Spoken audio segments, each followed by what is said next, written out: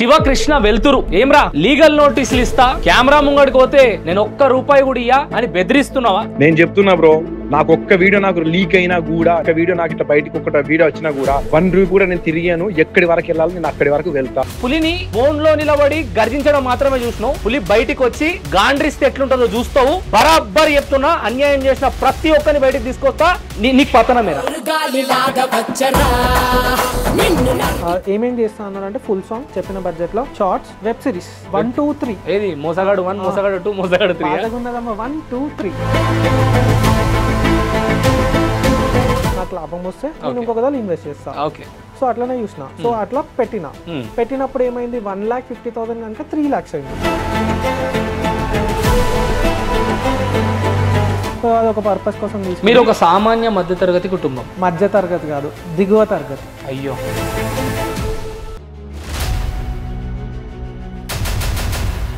ఒకవేళ కనుక నువ్వు ఇంటర్వ్యూ ఇస్తే నీ పైసలు నీకు రావు, నేను ఏం చేయాలో అది చేస్తా.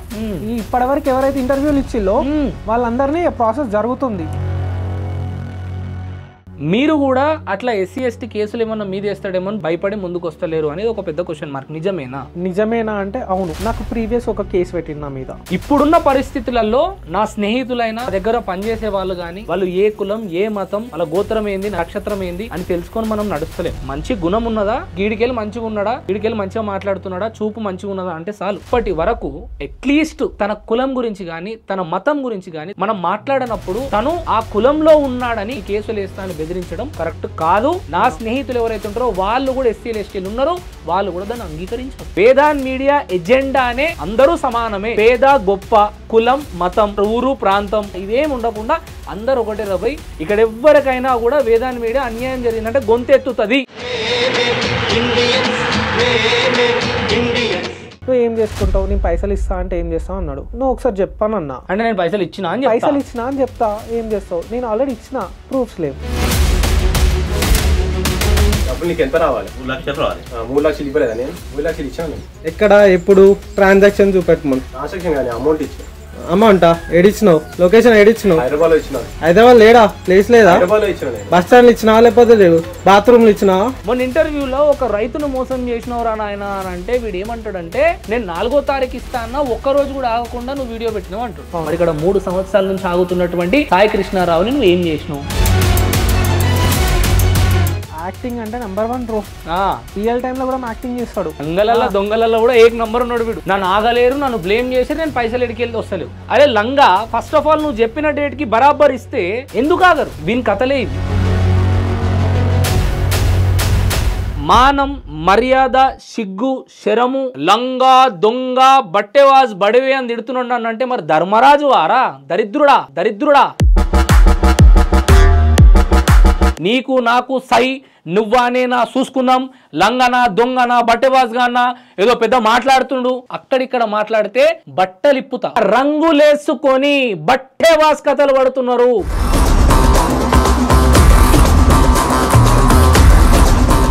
నేను చెయ్యా, నేను లీగల్ నోటీసులు పంపిస్తా. అరే బట్టెబాజ్, అన్యాయం వైపు ఉన్నటువంటి నీకే లీగల్ నోటీసులు పంపిస్తా, కోర్టు నాకు ఉన్నది. స్వార్థం గానీ లేకుండా పనిచేస్తున్నటువంటి వేదాంత్ మీడియా, వేదాంత్ నా గలం, నాకెన్ని సపోర్ట్లు ఉంటాయని నువ్వు అనుకుంటున్నావురా? నువ్వు అన్యాయం చేసి నీ సైడే న్యాయస్థానాలు నేను మాట్లాడతావేమరా?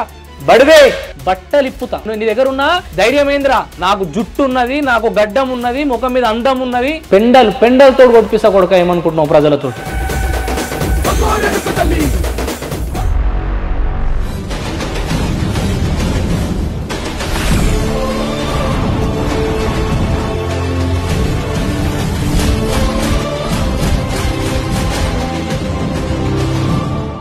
నమస్తే బ్రో. నీ పేరు? నా పేరు సాయి కృష్ణారావు, జీడిపల్లి బ్రో. జీడిపల్లి, ఓకే. మీ గురి ఏమంటే సాయి కృష్ణారావు అని వాట్సాప్ లో వస్తుంది, కానీ అది ఎవరో తెలియదు. ఫైనల్ గా నువ్వు? నేనే బ్రో. గత కొన్ని రోజుల నుండి రా అంటే ఎందుకు రావడానికి ప్రాబ్లం అవుతుందంటే, సో వస్తే నన్ను ఏం చేస్తారా అనేది నా సైడ్ నేనే మోసపోయినా. కాకపోతే వచ్చిన తర్వాత ఇంటర్వ్యూ ఇస్తే ఇప్పటికే నన్ను చాలా సార్లు నన్ను బ్లేమ్ చేస్తామని చెప్పేసి ప్రీవియస్ ఒకసారి నాకు పోలీస్ స్టేషన్ నుంచి కాల్ చెప్పేసింది హెడ్ కానిస్టేబుల్ తోటి.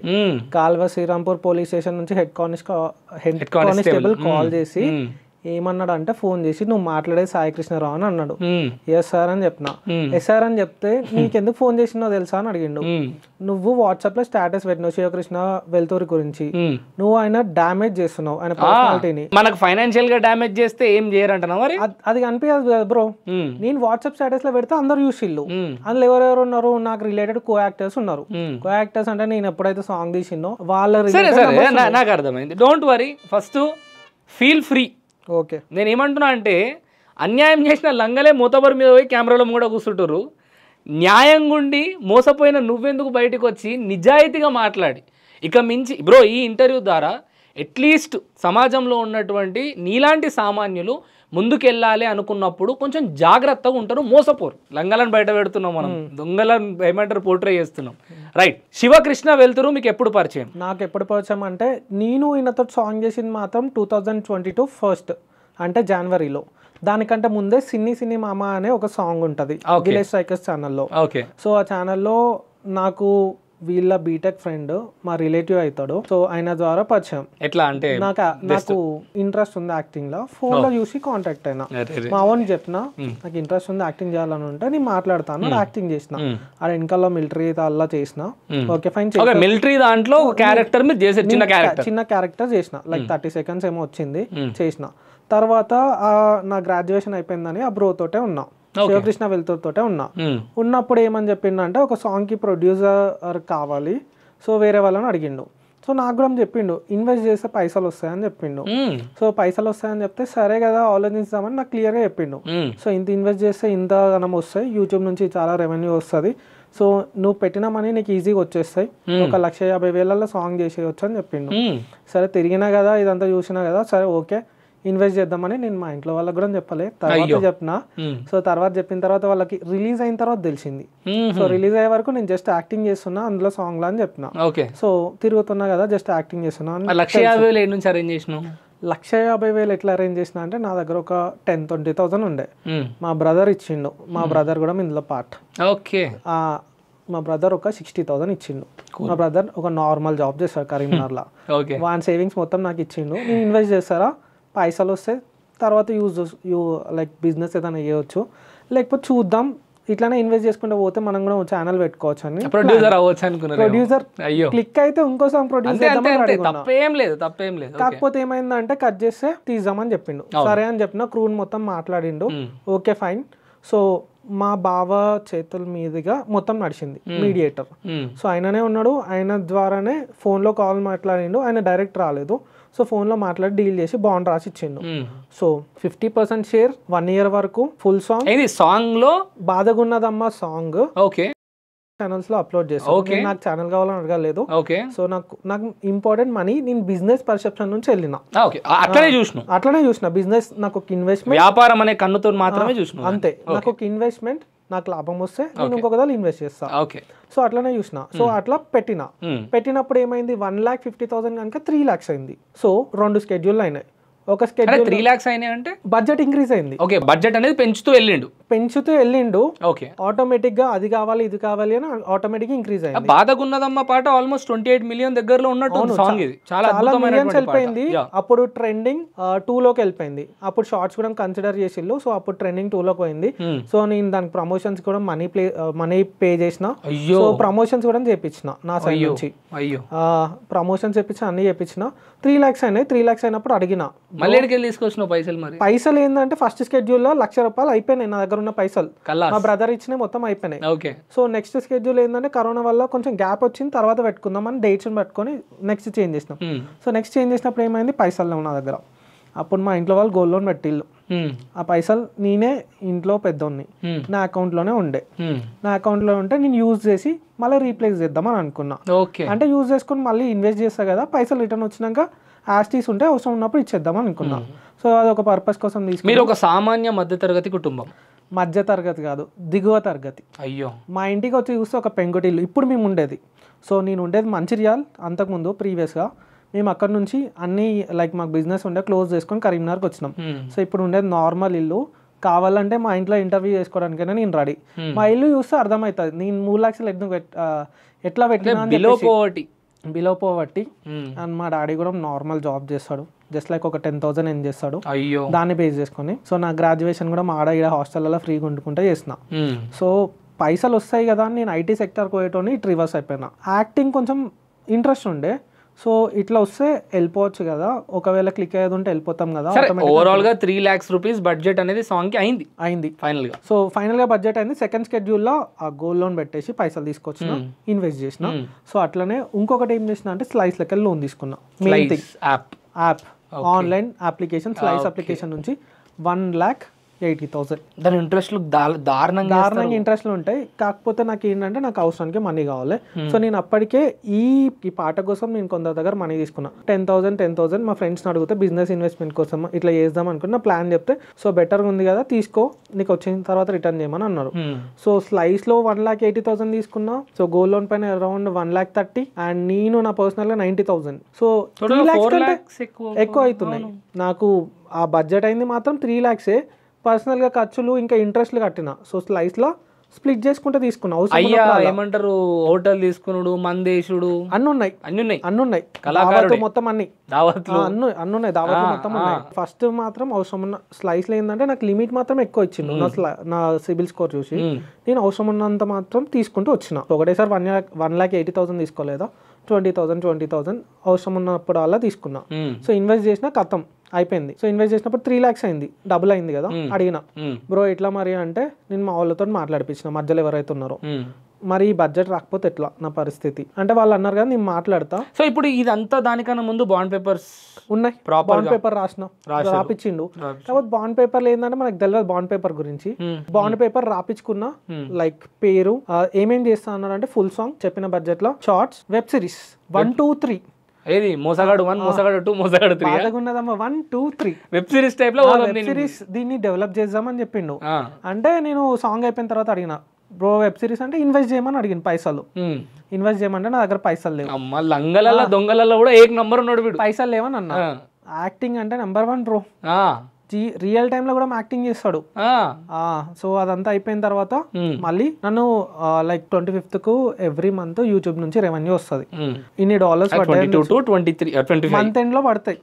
నేను అడిగిన, బ్రో మనీ సెండ్ చేయాలంటే, ఇంకా పర్లేదు బ్రో ఈరోజు సండే ఉంటే డిలే అవుతుంది అని చెప్పిండు. నాకు వేరే యూట్యూబర్స్ ఫోన్ చేసి, నువ్వు బిస్కెట్ అవుతున్నావు, ఆల్రెడీ రెవెన్యూ వచ్చింది మాకు, నువ్వు మమ్మల్ని నమ్ముతలేవంటే, నేను ఆ బ్రోని అంత ట్రస్ట్ చేసిన. ఆయన చెప్పిందే నిజం, నువ్వు వేరే వాళ్ళు ఎవ్వరు వచ్చినా కానీ అన్నట్టు ఎవరిని నమ్మలే. సరే అని పోస్ట్ పోన్ చేసిండు. అట్లనే పోస్ట్ పోన్ చేసుకుంటూ వచ్చింది. తర్వాత నన్ను బ్లాక్ చేసిండు. నన్ను నంబర్ బ్లాక్ చేసిండు, వాట్సాప్లో కాల్లో బ్లాక్ చేసిండు. ఎందుకు బ్లాక్ చేసిండు అంటే, నేను ఒక గ్రూప్ చేసిన. ఏం గ్రూప్ చేసినా, నాకు పైసలు ఇస్తావా ఇవ్వవా, ఎవరైతే నా టీం మెంబర్స్ నాతో వచ్చిల్లో షూటింగ్ ఎన్ని మంత్స్ ఇవ్వకపోతే, ఇది అరౌండ్ 2 months తర్వాత నాకు లైన్ ఇవ్వాలి. ఓకే, నేను ఆగకుండా ఏం చేసిన అంటే, ఒక WhatsApp group first month share ఇవ్వలేదు, సెకండ్ మంత్ షేర్ ఇవ్వలేదు, నాకు ₹1 ఇవ్వలే. నేను ఆ గ్రూప్ క్రియేట్ చేయడం వల్ల నేను బ్లేమ్ చేసిన. బ్లేమ్ అంటే పైసలు ఇస్తావా, బ్లేమ్ ఎందుకు అంటారు దాన్ని, ఆడు చేసిన తప్పుని బయట పెట్టినావు అంతే. అదే తప్పు చేసినావు కదా, నువ్వు నాకు పైసలు ఇస్తావా ఇవ్వవా అని అడిగిన. అంటే నా పేరు చెడగొడుతున్నావు, నేను ఇయ్యా, ఏం చేసుకుంటావు చేసుకోని అన్నాడు. అంటే తర్వాత నేను మా మధ్యలో ఎవరైతే ఉన్నారో వాళ్ళతో మాట్లాడిపిస్తే ఒక చెక్ ఇచ్చిండు 60,000. ఆ చెక్లో మనీ లేవు. మనీ లేకపోతే నేను కావాలనే నేను బ్యాంక్లో వేసిన. అరే విషయం ఏంటంటే, వీని కథలే ఇవి. నన్ను ఆగలేరు, నన్ను బ్లేమ్ చేసి నేను పైసలు ఎడికి వెళ్ళి వస్తలేవు. అరే లంగా, ఫస్ట్ ఆఫ్ ఆల్ నువ్వు చెప్పిన డేట్కి బరాబర్ ఇస్తే ఎందుకు ఆగరు? ఒక 2 నెలలు ఇచ్చి 3వ నెల ఇవ్వకుండా, ఈ నెల నాకు జర ఇంట్లో పరిస్థితులు బాగాలేవు, ఉప్పు లేదు పప్పు లేదు అనుకుంటే సరేరా బ్యాన్ వదిలేస్తాడు. వీడు ఫస్ట్ అసలు ఒక్క నెల నుంచి ఇయ్యాడు. అంటే వీడు మోసం ఎట్లా చేస్తాడని అంటే, అట్లీస్ట్ ₹1 కూడా మన దగ్గర అడగొద్దు. నాకు ఈ నెల పైసలు ఆ నెల బ్రో ఇచ్చేది ఉంటే నాకు ఇక్కడికి రావాల్సిన అవసరం లేదు. ఆ బ్రో నేమ్ అవసరం లేదు, నా పని నేను చేసుకుంటూ వెళ్ళిపోయేటోని. నేను ఇక్కడ వరకు వాడిని ఇంకా బ్రో, పెద్ద బేకార్ ఆడవాడు వాడిని ఇంకా బ్రో అని సంబోధిస్తున్నావు. సరే కానీ సో తర్వాత ఒక 60,000 చెక్ ఇచ్చిండు. ఆ చెక్ లో మనీ లేవని చెప్పిండు. నెక్స్ట్ డే రోజు నాకు మనీ పంపించిండు. ఎంత పంపించిండు? 60,000 పంపించిండు. ఇంకా 2,40,000 ఇవ్వాలి. ఇంకొకటి ఏం చేసిన అంటే, ఈ 3 లక్షలు కాకుండా నాకు పర్సనల్ గా అవసరం ఉన్నది ఒక 50,000 ఇప్పిమన్నాడు బయట నుంచి వడ్డీకి. ఎంత? ₹10 వడ్డీ. వాడే అడిగిండు. నువ్వు ఎంతకైనా తీసుకురా, నాకు ప్రాబ్లం లేదు, నాకు అవసరం ఉన్నాయని చెప్పిండు. ఇప్పిమంటే ఇప్పించిన. ఎప్పుడు ఇప్పించిన అంటే, నా సాంగ్ రిలీజ్ సిరిసిల్లలో ఒక బేకరీలో చేసినాం. అప్పుడు అడిగిండు, నాకు ఎక్స్ట్రా మనీ అవసరం ఉన్నాయి, నేను పర్సనల్గా కావాలి, నేను ఇంట్రెస్ట్ కడతా, నేను క్లియర్ చేస్తా అన్నాడు. అవి ఒక 50,000 ఇప్పించిన. ఆ 50,000 ఒకరి దగ్గర 20,000, ఒకరి దగ్గర 20,000, ఒకరి దగ్గర 10,000 తీసుకున్నా. సో తీసుకుంటే ఆ మనీ కూడా కట్టలే. సో 60,000కి వెళ్ళి దానికి ఇంట్రెస్ట్లు ఎవ్రీ మంత్ నేనే కట్టుకుంటూ వచ్చిన. ఆ 60,000 తీసేస్తే ఇంకొక 3 లక్షలలో 2,90,000 బ్రో. ఆ ఇంట్రెస్ట్లు కూడా క్యాలిక్యులేట్ చేసుకున్నా. ఆ ఇచ్చిన 60,000 దానికి బ్యాలెన్స్ అయిపోయినాయి. ఏది అప్పు ఇచ్చిన పైసల కిందకి పోయినాయి.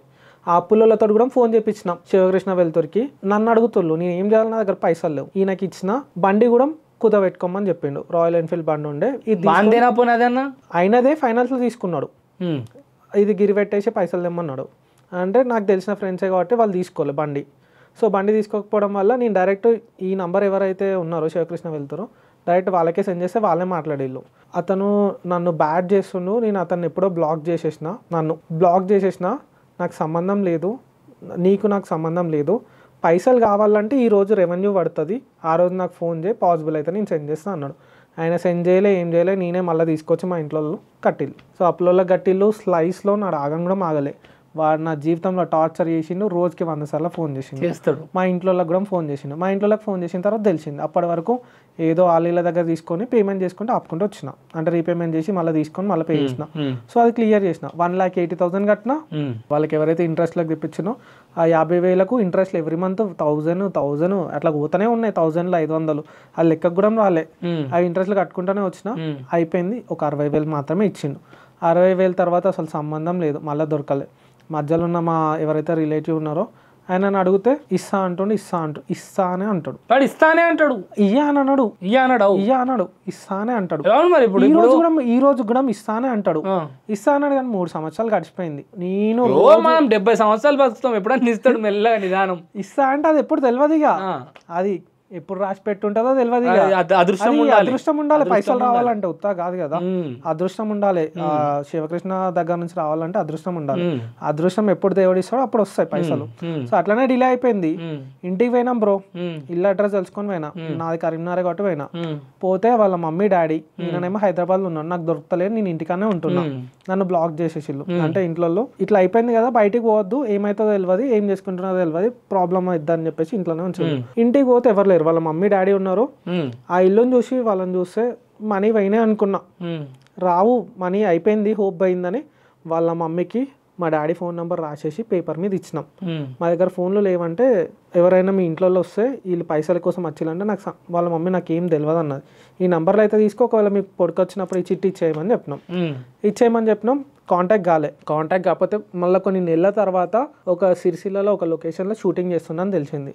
సో తెలిసిన తర్వాత నేను ఎంక్వైరీ చేసి ఆన్ ది స్పాట్ కరీంనగర్ నుంచి సిరిసిల్లకు 1 అవర్లో కార్ వేసుకొని పోయి అక్కడ కూడా లేడని చెప్పిళ్ళు. మేము రష్ చేసేసి మా డాడీ ఇంకా వేరే రిలేటివ్ని తీసుకొని పోయి దొరకబట్టిన తర్వాత, దొరకబట్టుడే అంటారు దాన్ని, ఏమంటారు, నా బ్లాక్ చేసిండు, దొరకలే, సడన్ గా పోయి ఎత్తుకుతా లేరని చెప్పి దొంగని పట్టుకుని అంటారు బ్రో. దాన్ని దొరకబట్టుడు కాదు, దొంగని పట్టుకుని అంటారు దాన్ని. సో దొరికిండు. దొరికినప్పుడు అడిగినాం. అడిగితే ఇప్పటి వరకు రెవెన్యూ ఎంత అయిందో యూట్యూబ్ ఏంటి అప్లికేషన్ చూసిండు. అప్లికేషన్ చూసేసి ఇంత రెవెన్యూ అయింది. వైటీ స్టూడియో ఓపెన్ చేసి చూసిండు. ఇన్ని డాలర్స్ అయినాయి 1 yearకి. ఆ 3 లక్షలని దాన్ని కుదించి ఇంకా తక్కువకే చేసిండు. సరే అప్పటి మంది ఒకవేళ ఏమని చెప్పిండు, ఇది ఒకవేళ రెవెన్యూ రాకపోతే నీ 3 లక్షలు నీకు ఇస్తా 1 year లా రాకపోతే అని కూడా చెప్పిండు. క్లియర్ గా చెప్పిండు. బాండ్ పేపర్లో అది నేను చదివిన. ఎందుకంటే నువ్వు ఇన్వెస్ట్ చేసినావు కదా, నువ్వు ఒకవేళ రాకపోయేది ఉంటే ఇస్తా అని చెప్పిండు. అసలు అంటే వాడు మోసం చేయాలని చెప్పి నన్ను ఒక చిక్కేసిండు అనుకో, ముంగటోనికి అట్లీస్ట్ రవ్వంత సందు కూడా వద్దనుకునే అవకాశం ఇయ్యడు. అట్లా కాకపోతే ఇట్లా ఇస్తాను, ఇట్లా కాకపోతే అట్లా ఇస్తా అన్నాడు. అదే ఇచ్చుడు ఖాయం. అక్కడ మళ్ళీ బాండ్ రాపిచ్చినాం. బాండ్ రాపిచ్చేసి ఎవ్రీ వీక్ పంపిస్తాను. నన్ను అన్బ్లాక్ చేసిండు. ఆ రోజు అన్బ్లాక్ చేసేసి సారీ అని చెప్పి హక్ చేసుకున్నాడు. హక్ చేసుకున్నాడు. ఏ లేదు బ్రో, సారీ అని చెప్పిండు. సారీ బ్రో, ఇంకోసారి మిస్టేక్ జరగదు అన్నాడు. 1 week లో మెసేజ్ చేసినప్పుడు ఒక 30,000 పంపించిండు. మళ్ళా బ్లాక్. Same story. మళ్ళీ 1.5 సంవత్సరం ఇప్పటి వరకు ఏం లేదు. మళ్ళీ నాకు ఇంకో ట్విస్ట్ ఏంటంటే, మళ్ళీ ఒకసారి ఇంటికి పోయినాం. ఇట్లనే నేను ఇంటికాడ ఖాళీ ఉన్నా. ఈ సాంగ్ ఇదంతా లాస్ అయిన తర్వాత మనకి ఇంకేముంటది. ఇంటికి పోయిన తర్వాత మా డాడీ నేను ఇంటికి పోతే ఉన్నాడు ఇంటికన్నా. అప్పుడు హైదరాబాద్ నుంచి ఇంట్లోనే ఉంటుండో. 3 లక్షలు ఇచ్చినా హైదరాబాద్ ఇచ్చినా అంటాడు. ఏంది అది కథ? పోతే పైసలు అడిగినాం. పైసలా ఎక్కడ, ఎంత ఇవ్వాలన్నాడు. మీకు ఇచ్చేది అయిపోయింది కదా అని అంటాడు. ఎంత ఇవ్వాలని లెక్కలు మొత్తం చూపిస్తే 2,65,000 రావాలని నేను ప్రాన్సర్ కూడా తీసుకొచ్చిన, రాసినాం, సంతకం పెట్టా అన్నాడు. నేను అడిగిన, నువ్వు ఇంత మోసం చేస్తావు అనుకోలే అంటే, ఏం చేసుకుంటావు చేసుకో అని అన్నాడు. సో సెకండ్ వచ్చిన మనీ లెక్కలు మైనస్ చేసి ఒక 2 lakhs 65,000 తేలింది బ్రో లెక్క. ఇది రాసేసి సైన్ పెట్టమని చెప్పినాం. సో నువ్వు ఇస్తా అంటున్నావు సైన్ పెట్టమంటే నువ్వు ఏం చేసుకుంటావు, నేను పైసలు ఇస్తా అంటే ఏం చేస్తావు అన్నాడు. నువ్వు ఒకసారి చెప్పానన్నా అంటే నేను పైసలు ఇచ్చినా అని చెప్తా, ఏం చేస్తావు, నేను ఆల్రెడీ ఇచ్చిన అంటే ఏం చేస్తావు అన్నాడు. నువ్వు చెప్పానంటే సరే వీడియో తీసుకుంటావు, తీసుకో ఏమైనా చేసుకో అన్నాడు. వీడియో తీసుకుంటే నేను ఆల్రెడీ నీకు 3 లక్షలు ఇచ్చిన, అయిపోయింది నీది, నీతో నాకు సంబంధం లేదని చెప్పిండు.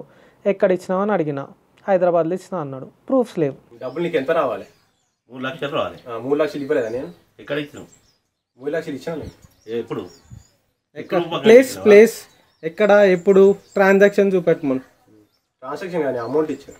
అమౌంటా ఏడిచ్చినావు? అమౌంట్ మనం కలిసిన తర్వాత నీకు అమౌంట్. లొకేషన్ చెప్పు. ఏది లొకేషన్ ఏడిచ్చినావు? హైదరాబాద్లో ఇచ్చినాను. హైదరాబాద్ లేడా? ప్లేస్ లేదా? హైదరాబాద్లో ఇచ్చిన నేను. బస్ స్టాండ్లో ఇచ్చినావా లేకపోతే లేవు బాత్రూమ్లో ఇచ్చినావా? అసలు ఇయ్యలే నాకు పైసలు ఇచ్చినాక నేను వాళ్ళ ఇంటికి ఎందుకు పోతా? నాకు ఏం అవసరం వాళ్ళ ఇంటికి పోవడానికి, నా టైం వేస్ట్ చేసుకోవాలి కాదు. అంటే గత కొన్ని రోజుల నుంచి కూడా అంటే కొందరి మీద SC ST అల్ట్రాసిటీ కేసు వేస్తున్నాడు అని చెప్పి ఒక థింగ్ బయటకు వచ్చింది. అది నిజంగానే వేసిండని కూడా ప్రూవ్ వస్తుంది. విషయం ఏందనంటే మీరు కూడా అట్లా SC ST కేసులు ఏమన్నా మీద వేస్తాడేమో భయపడి ముందుకు వస్తలేరు అనేది ఒక పెద్ద క్వశ్చన్ మార్క్. నిజమేనా అంటే అవును. నాకు ప్రీవియస్ ఒక కేసు పెట్టింది నా మీద. కేసు అంటే పోలీస్ స్టేషన్ నుంచి కాల్ చెప్పించింది. నేను వాట్సాప్ స్టేటస్ పెట్టినప్పుడు నాకు పోలీస్ స్టేషన్ నుంచి కాల్ చెప్పించి నేను మాట్లాడుతున్నా, నువ్వు పోలీస్ స్టేషన్కి రావాలని చెప్పిళ్ళు. పోలీస్ స్టేషన్కి రావాలి అన్నప్పుడు నేను ఏం చేసిన, నేను మాట్లాడిపించిన SI తోటి అక్కడ ఏదైతే సేమ్ పోలీస్ స్టేషన్ నుంచి మాట్లాడిపించి, సో నేను రావాల్సిన అవసరం లేదు, ఆయననే ప్రాబ్లం చేసిండు. ఆ కేసు కూడా మనోడు పెట్టలే, వేటోళ్ళతో పంపించిండు. ఆయన పేరేదో చెప్పిండు, హెడ్ కానిస్టేబుల్, ఆయనతో పంపించేసి ఆయన పేరు మీద పెట్టించిండు కేసు. సో నేను అప్పుడు నాకు పర్సనల్ రీజన్స్ వల్ల నేను స్టాప్ అయిపోయినా. సో తర్వాత నా పర్సనల్ రీజన్స్ అన్ని అయిపోయిన తర్వాత మళ్ళీ కాంటాక్ట్ అవడానికి ట్రై చేసిన, నాకు కాంటాక్ట్ కాలేదు. సో నేను కూడా కేసు పెడదామని ట్రై చేస్తే అప్పటికే కేసు పెట్టిండు. సో నన్ను ఇంకా రివర్స్ లో బెదిరిస్తాడు అని చెప్పేసి, సో మళ్ళా కేసు పెడతాడేమో అన్న భయంతో నేను ఇప్పటి వరకు ఇన్స్టాగ్రామ్ లో వేరే అకౌంట్లకి వెళ్ళి మెసేజ్ చేసినా గానీ నాకు రెస్పాండ్ అవుతలేడు. మనం ఒక్క నిమిషం బ్రదర్, మధ్యలో ఒక చిన్న వివరణ ఇద్దాము. ఇప్పుడు SC ST కేసు గురించి మనం కొంచెం డీటెయిల్ గా ముందుకెళ్దాం. ఓకే. ఇప్పటి వరకు నాకు తను ఏ కులం అనే విషయం కూడా తెలియదు. నాకు తెలియదు, నిజానికి తెలియదు.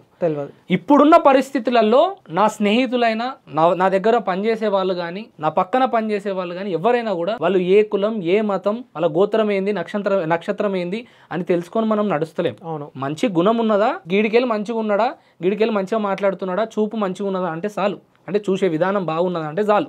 ఇప్పుడు SC ST కొంచెం డీప్ గా పోతే అసలు SC ST కేసు ఎందుకు, అది ఎందుకు ఆ యాక్ట్ ఎందుకు వచ్చింది 1989లో అంటే ఇక్కడ మరింత వివరణలకు పోతే SC ST లపై అత్యాచార నేరాలను నిరోధించడం, అటువంటి నేరాల విచారణ కోసం ప్రత్యేక కోర్టులను ఏర్పాటు చేయడం జరిగింది. దానికోసం చేయడం జరిగింది. అంటే వీళ్ళను కొంచెం తక్కువ చేసి చూస్తే అలాంటి, లేకపోతే ఆ పేరుతోటి ఏమైనా మనము అసభ్యకరంగా మాట్లాడితే ఆ కేసులు వర్తిస్తాయి. ఇప్పటి వరకు అట్లీస్ట్ మనము తన కులం గురించి కానీ, తన మతం గురించి కానీ, తన గోత్రం గురించి కానీ మనం మాట్లాడినప్పుడు తను ఆ కులంలో ఉన్నాడని తనకు ఆ లూపోల్ని పట్టుకొని నీ కేసులు వేస్తా అని బెదిరించడం కరెక్ట్ కాదు. అది నేను కాదు, నువ్వు కాదు, నా మిత్రులు ఎంతో మంది ఉంటారు కదా, నా స్నేహితులు ఎవరైతే ఉంటారో వాళ్ళు కూడా SCలు STలు ఉన్నారు, వాళ్ళు కూడా దాన్ని అంగీకరించారు. They are very very well, అంటే వాళ్ళతో నాకు మంచి రిలేషన్షిప్ ఉంది. We share food each other bro, we share everything bro. అస్సలు మనం తక్కువ ఎక్కువ గొప్ప చిన్న వేదాంత్ మీడియా ఎజెండానే ఇలాంటి డిస్క్రిమినేషన్ ఉండొద్దు, అందరూ సమానమే, పేద గొప్ప, కులం మతం ఏమంటారు ఊరు ప్రాంతం ఇవేమీ ఉండకుండా, నల్ల తెల్ల ఇవేమి ఉండకుండా అందరూ ఒకటే రబై. ఇక్కడ ఎవరికైనా కూడా వేదాంత్ మీడియా అన్యాయం జరిగిందంటే గొంతెత్తుతుంది అని చూపించడానికి మాత్రమే మనం ఈరోజు మీడియా పెట్టుకొని అరుచుకుంటున్నాం. జస్ట్ దీని గురించి వివరణ గురించి చెప్పిన, ఇంకా డీటెయిల్గా ఉంది. నేను చెప్పినటువంటి ఓన్లీ ఈ అత్యాచారాలకు సంబంధించి కాకుండా ఇంకా కూడా ఉన్నాయి, శిక్షలేంది, ప్రత్యేక కోర్టులేంది, విషయాలన్నీ కూడా ఉన్నాయి. సరే ఓకే ఫైన్, చెప్తున్నా అంటే శివకృష్ణ వెలుతురుకు చెప్తున్నా, నువ్వు ఏదైతే బలం అనుకుంటున్నావో అది నీ బలం కాదు. నువ్వు ఏదైతే వర్గంలో ఉన్నావో ఆ వర్గంలో ఉన్న వాళ్ళు నా స్నేహితులు ఉన్నారు, వాళ్ళు కూడా బరాబర్ వచ్చి ముంగ నిలబడతారు ఆయుధాలలాగా అని చెప్తున్నా. సరే బ్రో, అయిపోయింది. ఫైనల్గా ఏం నేర్చుకున్నావు జీవితంలో? ఇప్పటి వరకు చాలా చదువుకున్నావు, గ్రాడ్యుయేట్ అయినావు, అద్భుతమైన చదువులలో ముందుకెళ్ళిన వాళ్ళు కూడా ఇగో ఇట్లాంటి మోసగాళ్ళ చేతిలో మోసపోతున్నారంటే వానితోటి తిరిగి మీరు ఏం నేర్చుకున్నారు? ఏం నేర్చుకున్నారంటే ఒకరిని అంత ఈజీగా నమ్మొద్దు అని చెప్పేసి. పక్క నుండి ఎంతైతే ట్రాన్స్ఫర్ చేసిండో అంత మోసం చేసిండు. సో అప్పటి నుంచి ఇప్పటి వరకు రూపాయి ఇంకొకరిని నమ్మడం కానీ ఇంకొక దగ్గర తీసుకోవడం కానీ ఇవ్వడం కానీ ఏం చేయలేదు. గ్రేట్. ఎందుకంటే నాకు ఒక పెద్ద ఎక్స్పీరియన్స్ అయింది. ఇప్పటి కూడా 3 years అవుతుంది. రోజు గుర్తొస్తాడు పండుకుంటే శివకృష్ణ వెళ్తారు. ఆయన వల్ల పెళ్ళైనా కూడా వాడు గుర్తొస్తుండంటే మీ జీవితంలో వాడు ఎంత ప్రత్యేకమైనటువంటి పాత్రను పోషించిండో ఆ పైసలు ఎంత ఇంకా దానికి ఇంట్రెస్ట్లు కడుతున్నాం, అవన్నీ ఇంకా లోపలనే ఉన్నాయి, ఇంకా తీసుకురాలే బయటకు కూడా. సో దానివల్ల డైలీ గుర్తొస్తుండు. అసలు నాకేం ప్రాబ్లం లేదు. సో జస్ట్ నా పైసలు నాకు ఇచ్చేస్తే ఏవైతే నాకు ఎంత అయితే ఇయ్యాలో 2,65,000, సో నా మనీ నాకు ఇచ్చేస్తే నాకు ఏం ప్రాబ్లం లేదు. ఇప్పుడు 3 years అవుతుంది. నేను ఇంటర్వ్యూ ఇవ్వాల్సిన అవసరం కూడా లేదు. కాకపోతే 3 years నుంచి అవుతున్నా ఇస్తా అంటుండు. ఇప్పుడు ఎగ్జాక్ట్లీ బ్రో, సూపర్ పాయింట్ మాట్లాడు. మొన్న ఇంటర్వ్యూలో ఒక రైతును మోసం చేసినవరా నాయన అని అంటే వీడు ఏమంటాడంటే నేను 4వ తారీఖు ఇస్తా అన్నా ఒక్కరోజు కూడా ఆగకుండా నువ్వు వీడియో పెట్టినావు అంటాడు. మరి ఇక్కడ 3 సంవత్సరాల నుంచి ఆగుతున్నటువంటి సాయి కృష్ణారావుని నువ్వు ఏం చేసినావు? ఇచ్చినావా? ఇయ్యలే. కథం. ఇట్లా డేట్లు మస్తు పెట్టిల్లు. ఫస్ట్ పోయింది, నెక్స్ట్ ఫస్ట్ కాదు. ఇప్పుడు ఈడికి వస్తున్నప్పుడు కూడా ఒక అర్ధగంట ముందు ఫోన్లో ఏదో వాగ్వాదాలు జరుగుతున్నాయంట. ఒకవేళ కనుక నువ్వు ఇంటర్వ్యూ ఇస్తే ఈ పైసలు నీకు రావు, నేను ఏం చేయాలో అది చేస్తా. ఇప్పటి వరకు ఎవరైతే ఇంటర్వ్యూలు ఇచ్చిల్లో వాళ్ళందరినీ ప్రాసెస్ జరుగుతుంది. లీగల్ నోటీస్ లా చూసుకుంటాడు అంట. ఏం చూసుకుంటాడో నాకు తెలియదు బ్రో. చూసుకొని ఏమన్నా చేసుకోండి, నువ్వు ఏమన్నా చూసుకో, నా పైసలు నాకు ఇస్తే నాకు సంబంధం లేదు. సో నేను ఇక్కడికి వచ్చింది కూడా నా పైసలు ఇప్పిమని అడగడానికి. సాయి కృష్ణారావు గారు ఖచ్చితంగా నీ పైసలు ఇప్పించే ప్రయత్నం చేస్తాం. అండ్ దీని మధ్యలో ఒక్కసారి మనకు కాల్ చేసే ప్రయత్నం మనం చేద్దాము. వెళ్తురు ఫోన్ లిఫ్ట్ చేయమ్మా. నువ్వేమంటున్నావు అంటే వేదాంత్ ఇట్లా వ్యూస్ కోసం చేస్తుండు, దానికోసం చేస్తున్నాడు. శివకృష్ణ వెళ్తురు నీకు దమ్ము ధైర్యం ఉంటే ఏమో చూపిస్తా అంటున్నావు అంట. ఎంత పొడవు ఉంది నేను కూడా చూస్తా. చూసుడే కాదు ఇంకా ఏం చేయాలో అది చేస్తా. ఫోన్ లిఫ్ట్ చేయి. బరాబర్ నీ పైసలు ఇప్పించే ప్రయత్నంలో 100% ముందుంటా బ్రో. అన్యాయంగా ఒక దిగువ మధ్య తరగతి అంటే ఎంత 10,000 వెనకేసుకోవాలంటే కష్టం ఉంటుంది బ్రో. మీ వెనక ఆ పైసలు నాకు ఇంకా రికవరీ అవ్వాలి. అప్పులు కట్టుకోవాలి, రెంట్లు కట్టుకోవాలి. పట్టణంలో ఉంటున్నాం అంటే తిండి కాడికి వెళ్ళి రాత్రి నిద్ర పోయిన దాకా ఎన్ని కష్టాలు ఉంటాయి. పొద్దున్న లేస్తే అన్ని తెలుసు. సో ఇంకా లిఫ్ట్ చేయడు వీడు పెద్ద దొంగ. మధ్యలో వాళ్ళతో కూడా నేను ప్రాజెక్ట్ కంటే ₹1,00,000 పెట్టినంట. మధ్యలో ఒకటి చెప్తాడు, ఆ ₹1,00,000 పెట్టినోడిని వచ్చి నా 3 లక్షలు ఇస్తే అయిపోద్ది కదా. వాడెవడో చెప్తుండు కదా మధ్యలో వచ్చినాడు, ప్రాజెక్ట్కి ₹1,00,000 అయిపోద్ది అంటుండు. ఈ రోజు 3 లక్షల స్క్రీన్ షాట్లు నీ దగ్గర ఉన్నాయి. నేను డైరీలో రాసుకున్నా, అగ్గిపెట్టకుండా షాప్లో అగ్గిపెట్ట కూడా రాసిన, రూపాయి కూడా రాసిన, ప్రతి ఒక్కటి రాసిన. నన్ను ఏమన్నారు, నువ్వు ప్రతి ఒక్క విషయంలో రాసుకుంటున్నావు అని అన్నారు. సో ఈ కౌంట్ చేస్తే 3 లక్షలు చిల్లర అయినాయి. అయిన ముందే ఆ డైరీ ఓపెన్ చేసి అన్ని క్యాలిక్యులేటర్ యాడ్ చేస్తే 3 lakhs అయినాయి. దీనిలో అనవసరంగా కొన్ని యాడ్ చేసినా అన్నారు. మందు రిమూవ్ చేసిన అదంట దీనిలోకి రాదని. రాదు మరి వాని మద్యంకి ఎట్లా వస్తుంది? వానికి తాగుతాడు కదా వాడు, అది రాదు. అది ఎక్కడైతే హోటల్ ఉంటున్నానో ఆ హోటల్లో కూడా నేను కింద వండుకున్నా మ్యాట్రిస్ వేసుకొని. ఎందుకంటే వచ్చిన టీంకి పైన వండుకున్నాడు, పైన సపరేట్ రూమ్, బెడ్ రూమ్ కథ. So separate. సో ఎంతగానో వాల్యూ ఎంత వాల్యూ ఇచ్చినా కానీ నాకు ఇవ్వలే. సో కళ్ళతో భయపెట్టిస్తాడు పోతే. అంతేనా? మొత్తం ఇట్లా భయపెట్టిస్తాడు. ఫోన్ ఉంది, ఐఫోన్. ఒక ఇంటికి పోయినప్పుడు అడిగినా, ఇప్పుడు ఏదైతే వీడియో తీసుకున్నప్పుడు, బ్రో నీకు ఎందుకు బ్రో ఐఫోన్? ఏమన్నాడు, నాకు పైసలు వచ్చేటివి ఉన్నాయి, కొంచెం ప్రాబ్లం అయింది, నాకు పైసలు వస్తాయి ఇస్తా అంటే, నీకు ఫోన్ ఎందుకు, 50,000 తీరిపోతాయి కదా ఫోన్ ఇచ్చాయని చెప్పిన. అంటే ఫోన్ అడుగుతున్నావేందని అడుగుతుండు.